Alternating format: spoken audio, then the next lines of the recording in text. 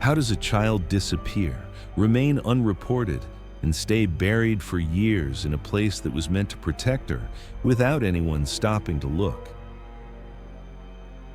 A child buried where she lived. The girl in the garden. Before this case had a name, before investigators knew who the child was, and before anyone thought to look beneath the ground, there was a house that appeared ordinary, and a family life that raised no immediate alarms.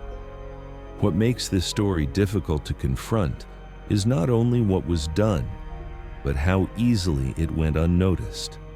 A child lived, disappeared, and was buried in a place meant to offer safety, while the world around her continued as if nothing was missing. This episode asks a question that has no simple answer. How does a crime remain hidden for years when it happens in plain sight? In the fall of 2024, an old case quietly returned to public attention in the United States. There were no breaking headlines, no dramatic new evidence announced in real time. Instead, the story resurfaced through a series of true crime programs that revisited cases where the failure was not a lack of clues, but a lack of attention. This case became known as the girl in the garden. It is also referred to as the child buried by a caregiver.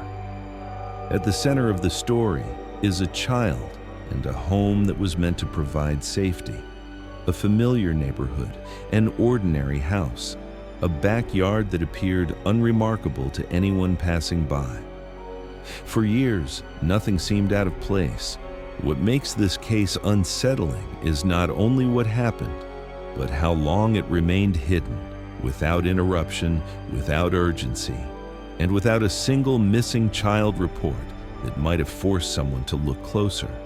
In 2024, investigators, journalists, and former caseworkers began revisiting the records. Not because new physical evidence was discovered, but because the existing facts raised a troubling question. How does a child disappear without ever being reported missing while living in plain sight? The renewed attention focused less on the crime itself and more on the system surrounding it. School records that showed long absences without follow-up, social services files marked by gaps and missed opportunities, and a household that was never subjected to sustained scrutiny. This was not a case hidden by complexity. It was hidden by silence. As the story resurfaced, it became clear that what had been buried was not only a body, but responsibility. In this episode, we follow the verified facts of the case known as the girl in the garden. We examine who the child was, what happened inside the home, and how a crime remained concealed for years, not because it was invisible, but because no one was looking. The child at the center of this case was known to the public for years only as Precious Doe. The name was not chosen to describe who she was, but to acknowledge what had been taken from her, an identity, a voice, and recognition as a missing child. Long before investigators knew her real name, she was already reduced to an absence, a body without a story, and a story without a face. Her real name was Erica Green. She was 7 years old. Erica lived in Kansas City, Missouri, in a home she shared with her biological mother and her mother's partner, who acted as a caregiver figure in her daily life. On paper, Erica existed within a family structure that should have provided stability. In practice, that structure failed to protect her. Very little of Erica's short life was documented in a way that later allowed authorities to trace her disappearance. School attendance records were inconsistent.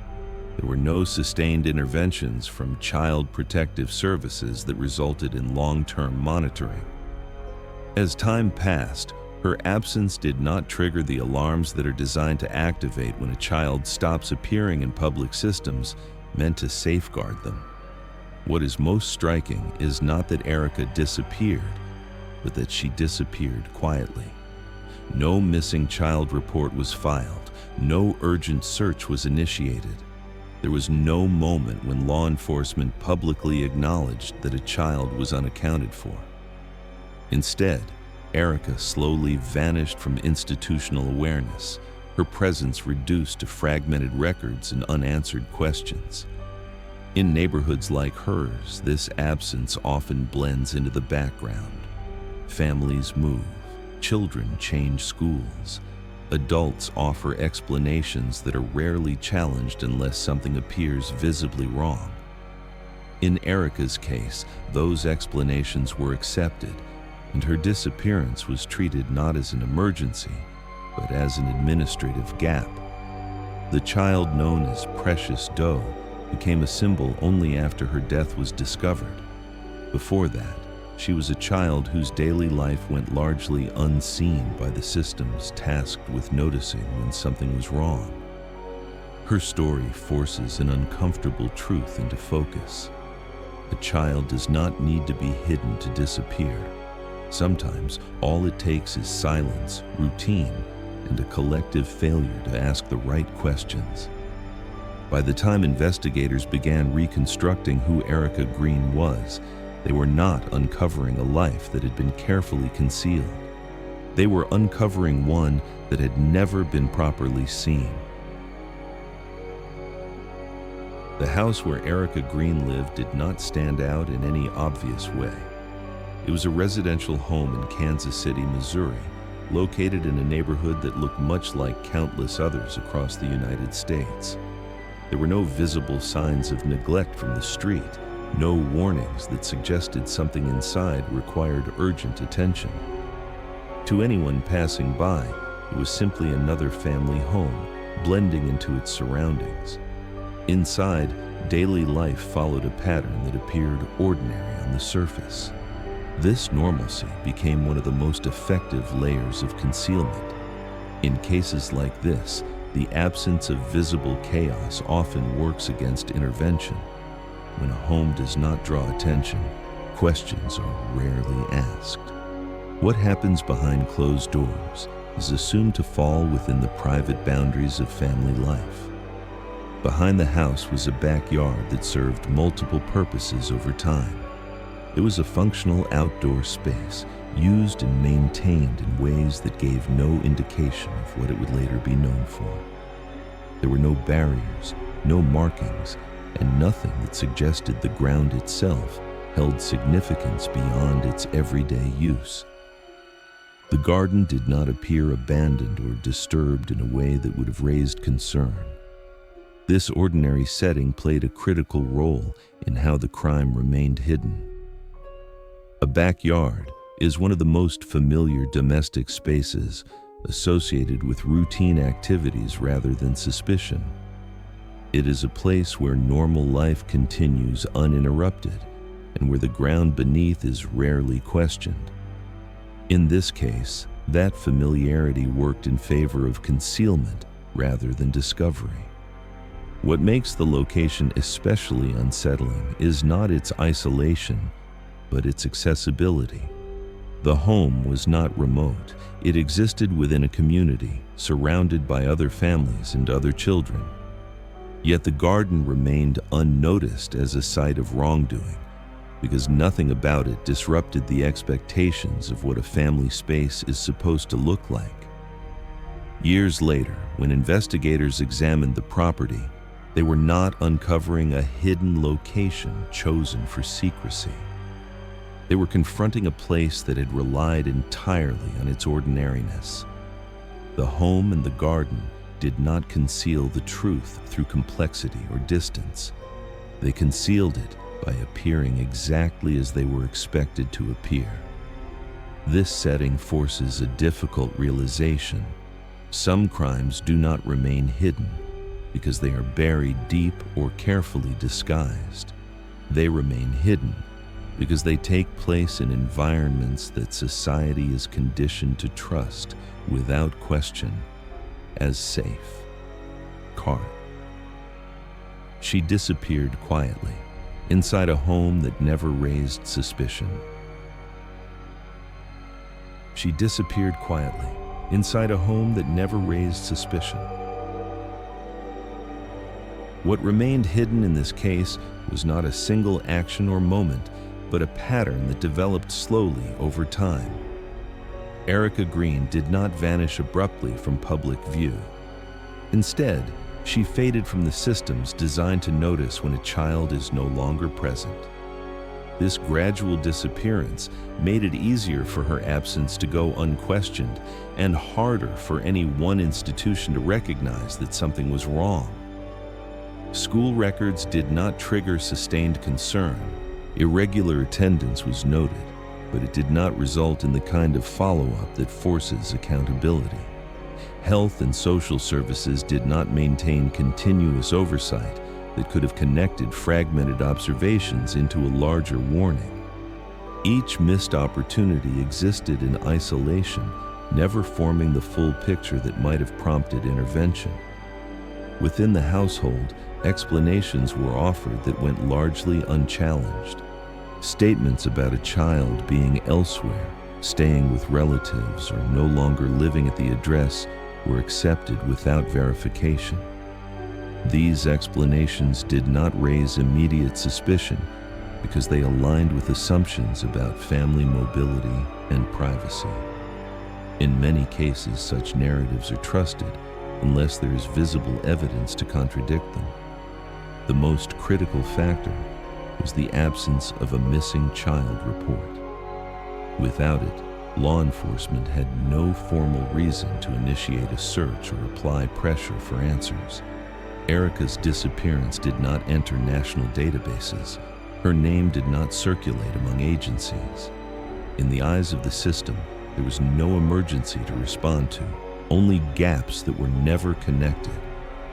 What this case exposes is how silence itself can function as concealment. There was no elaborate cover story, no attempt to mislead investigators through complex deception. Instead, the lack of urgency, combined with institutional fragmentation, allowed the truth to remain buried. Each point of failure reinforced the next, creating a space where accountability simply dissolved.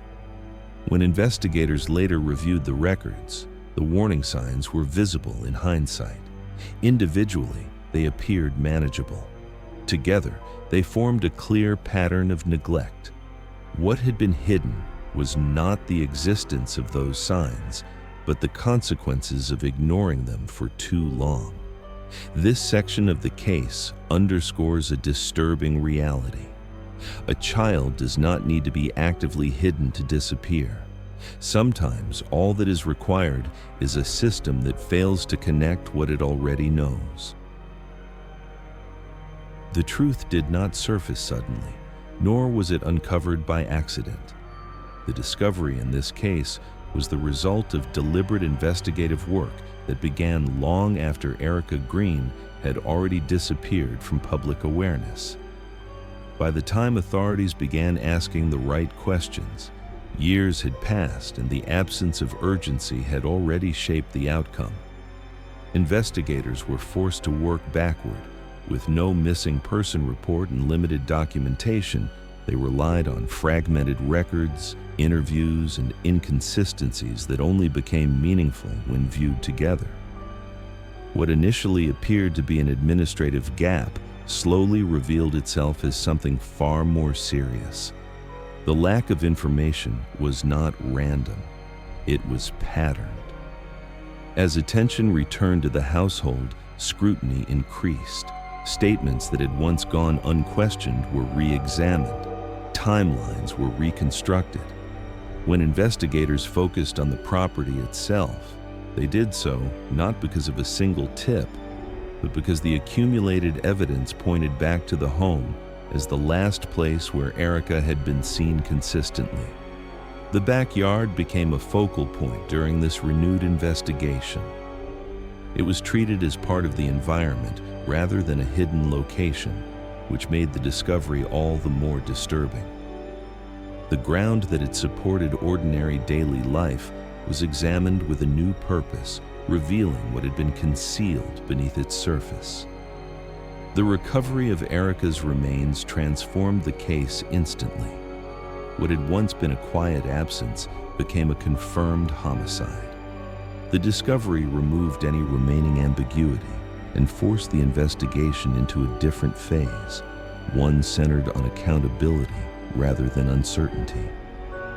At that moment, the reality of what had been hidden could no longer be ignored.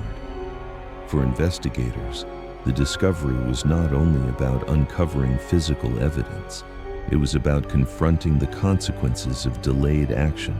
Each unanswered question from the past became heavier, reframed by the knowledge of what lay beneath the garden. The location itself, once unremarkable, now carried the full weight of what had been overlooked.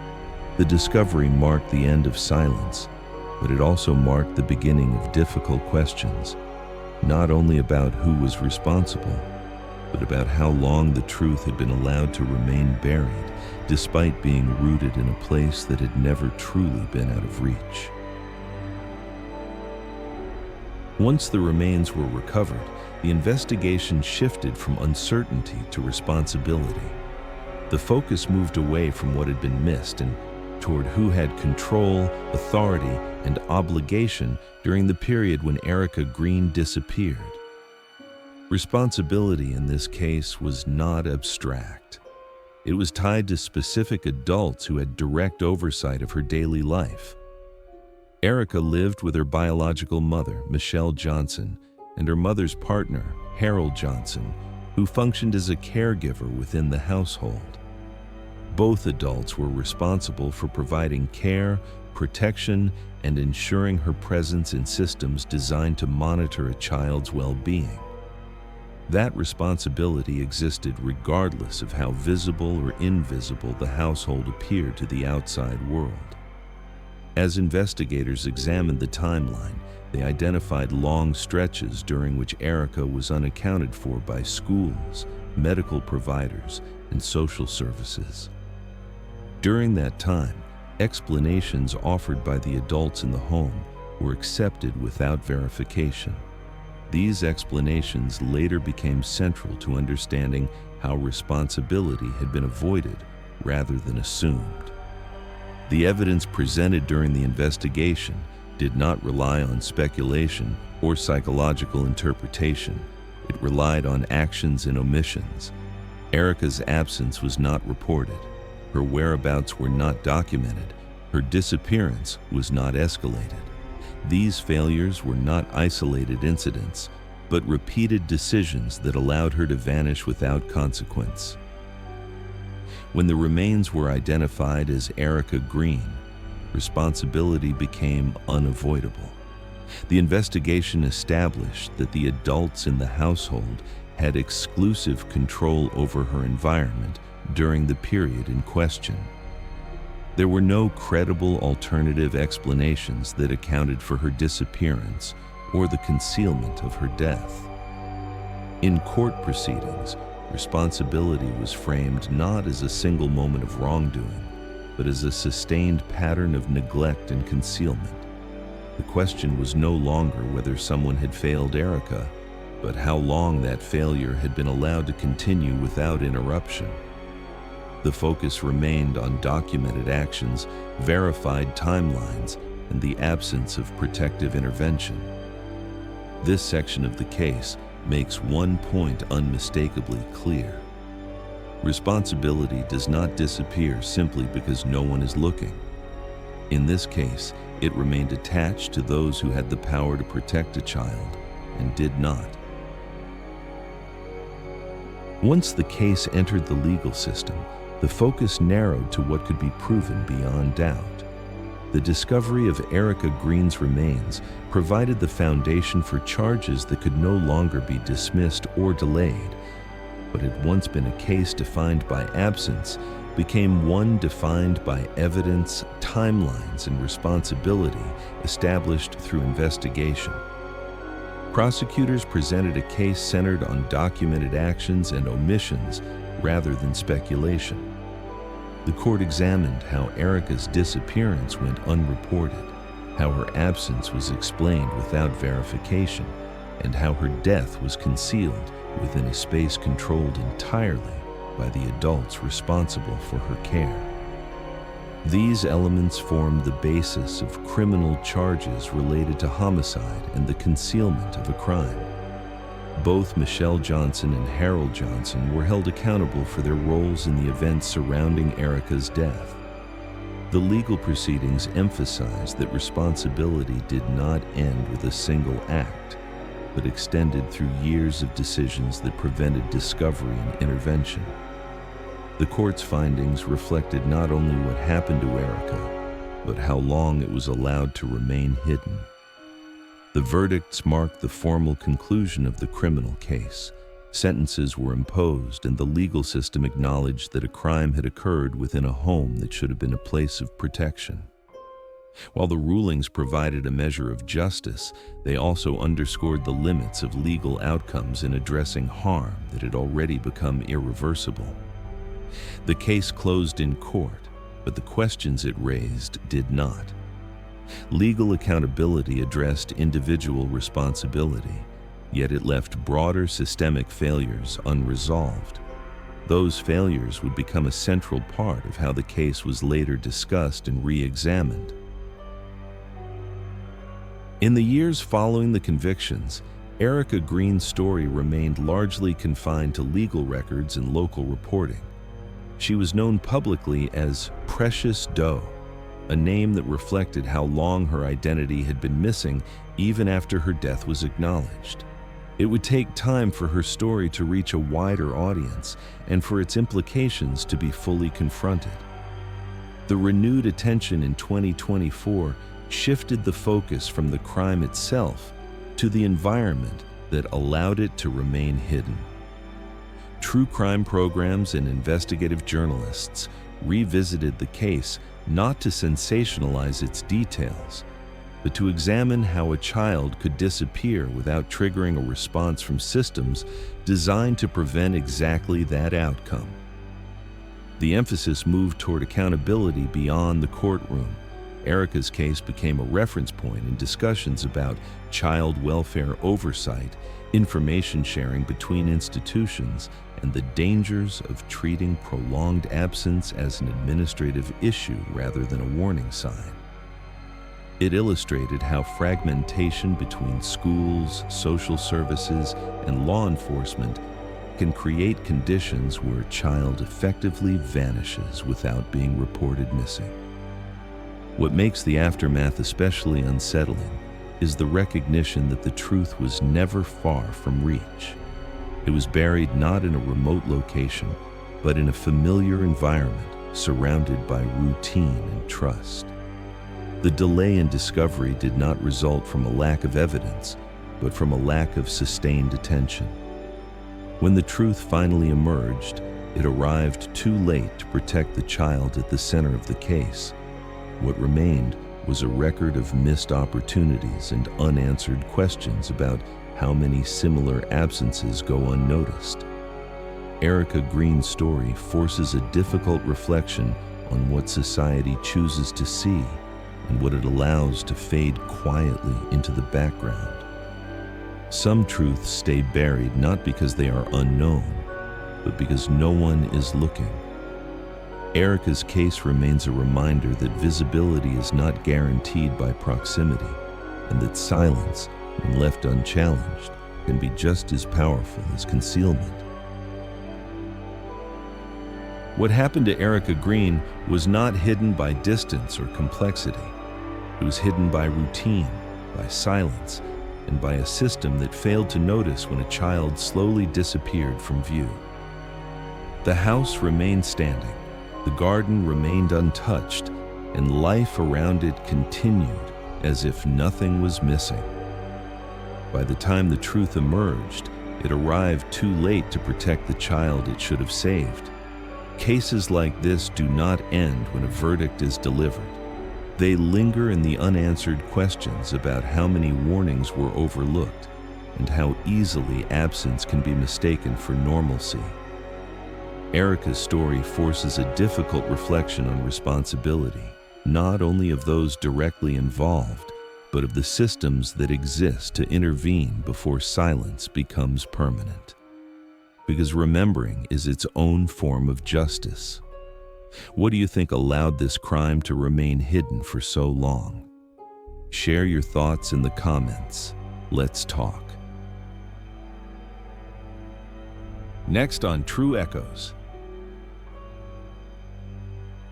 The next story is about a boy who never went missing because no one ever reported him gone. Logan Marr was 5 years old when the system meant to protect him quietly failed. There were warnings, there were records, there were moments when intervention was possible, but none of them stopped what happened next. In the next episode, we examine how a child can remain visible and still be ignored, and how responsibility disappears when silence becomes routine. This is the story of Logan Marr, the boy no one saved. The truth coming soon on True Echoes. What happened to Erica Green was not hidden by distance or complexity. It was hidden by silence, routine, and a failure to notice when a child disappeared in plain sight. The house remained. The garden remained. And by the time the truth was uncovered, it was already too late. And step into the echoes of truth. To be continued.